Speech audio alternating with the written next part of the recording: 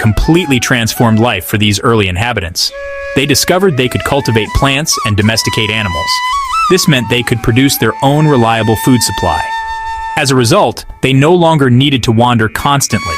They started to build more permanent small villages, choosing locations close to the river for easy access to water and the fertile soil. As farming techniques improved, people were able to grow more food than they needed for immediate survival. This surplus of food had a profound impact on society. It meant that not everyone had to dedicate their lives solely to farming. Some individuals could specialize in other skills and crafts. They became artisans, creating useful items like pottery, tools, and textiles. Villages gradually grew larger and more complex, eventually developing into towns. These growing towns began to trade with one another, exchanging surplus goods and new ideas. Life became more structured and organized. People learned the benefits of working together in larger communities, leading to more complex social structures. For a long period, the land of Egypt was divided into two distinct regions. There was Upper Egypt, located in the southern part of the country, further up the Nile Valley.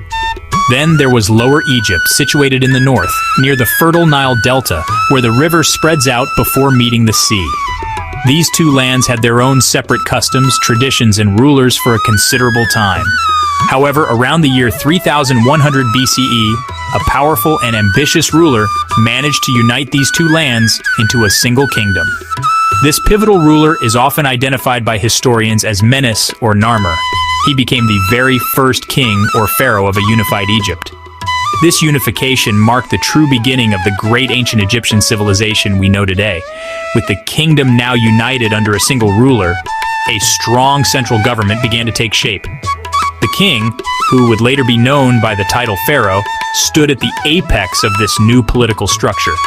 He appointed officials and ministers to help him govern the vast country effectively. These officials were responsible for tasks such as collecting taxes from the people to fund state activities. They also organized and oversaw large-scale public works, including irrigation projects and the construction of monumental buildings.